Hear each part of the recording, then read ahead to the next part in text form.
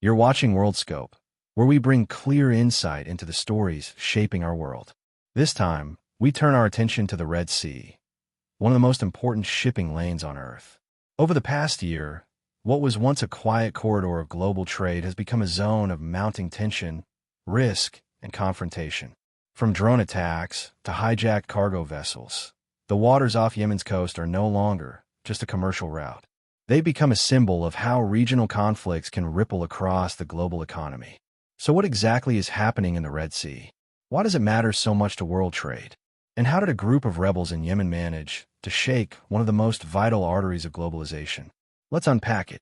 The Red Sea stretches between the Arabian Peninsula and the Horn of Africa, a long, narrow body of water linking the Indian Ocean to the Mediterranean through the Suez Canal. Nearly 12% of global trade passes through this route every year. Oil tankers, container ships, food supplies, and raw materials all travel this path daily, connecting Asia, Europe, and Africa. But geography, as always, comes with vulnerability. The choke point of Bab el-Mandeb, a narrow strait between Yemen and Djibouti, is only about 20 miles wide. That makes it one of the easiest maritime passages in the world to disrupt, and one of the hardest to defend. Over the past months, Yemen's Houthi movement has been targeting vessels transiting this area. They've used drones and missiles launched from Yemen's western coast to threaten or strike cargo ships, claiming they're acting in solidarity with Palestinians amid the ongoing conflict in Gaza. Some ships have been hijacked, others damaged, and many more have rerouted around the Cape of Good Hope, a detour that adds more than 10 days and hundreds of thousands of dollars in extra costs per voyage. What began as a regional show of force has now evolved into a global economic problem. To understand how we got here, it helps to look back at Yemen's long and devastating civil war. The Houthis, formerly known as Ansar Allah, emerged from Yemen's north in the early 2000s. Their origins are tied to the Zaydi Shia community, which felt marginalized under the central government. In 2014, they seized Yemen's capital, Sana'a, prompting a Saudi-led coalition to intervene militarily in support of the internationally recognized government. Since then, Yemen has become the site of one of the world's worst humanitarian crises. Tens of thousands dead, millions displaced, and widespread famine. Despite years of conflict, neither side has achieved outright victory. The Houthis still control the north and west, including Yemen's Red Sea coastline, the launching point for their attacks today. For them, targeting ships isn't random. It's a way to project power far beyond Yemen's borders, to signal that they can influence global events, and to remind the world that their movement can't be ignored. For the international community, the stakes are enormous. The Suez Canal, at the northern end of this route, handles nearly $1 trillion in goods annually. Any sustained disruption here affects oil prices, insurance rates, and delivery timelines worldwide. When the attacks intensified, many of the world's largest shipping companies, including Maersk and MSC, paused or rerouted their Red Sea operations. Insurance premiums for ships passing through the area soared to record highs. Energy prices also reacted. Even the possibility of a prolonged disruption sent oil markets fluctuating, adding pressure to economies already strained by inflation. The United States and several allies responded with a naval coalition known as Operation Prosperity Guardian.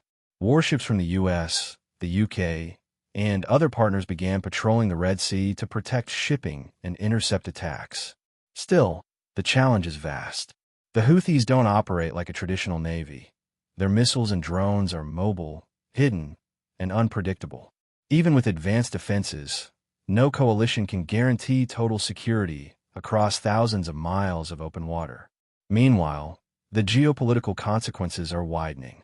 Iran's support for the Houthis, long suspected and now openly discussed by Western intelligence, has drawn Tehran further into regional maritime tensions. Israel views the attacks as part of a broader Iranian network aimed at destabilizing its allies and pressuring global supply lines. Saudi Arabia, though technically in ceasefire talks with the Houthis, remains wary of how renewed instability could unravel years of fragile diplomacy. And beyond the region, Europe and Asia are both watching nervously. For European nations, Red Sea shipping is a lifeline for imported goods and energy. For Asia, particularly China, India, and Japan, it's a crucial export route. Every disruption ripples outward. Container shortages appear in ports thousands of miles away. Manufacturing schedules tighten. Prices on everyday goods rise subtly but steadily. In short, a drone launch from Yemen can indirectly affect the cost of a car in Berlin or a smartphone in Chicago. But this crisis isn't just about economics. It's about the shifting nature of global power. The Red Sea used to symbolize the promise of globalization, a narrow but efficient bridge between continents. Now it's showing how fragile that system really is. A regional conflict in one of the poorest countries in the Arab world is sending shockwaves through international trade networks worth trillions. That's the world we live in today, where local instability can quickly become global insecurity. And yet, the situation remains complex. The Houthis have said they are targeting only ships linked to Israel, but in practice, many of the vessels attacked have no clear connection. The ambiguity fuels fear, and fear drives economic slowdown. For ordinary Yemenis, the irony is painful. While the Houthis make headlines for attacking international shipping, millions in Yemen continue to suffer from hunger, power shortages, and economic collapse. Diplomatic efforts to de-escalate have gained little traction. The United Nations has called for restraint and renewed peace talks in Yemen, but progress remains slow. Even as Western navies increase their patrols, there's little sign that military deterrence alone will solve the deeper problem, the fact that Yemen's war remains unresolved. So where does this go from here? Experts see three possible paths.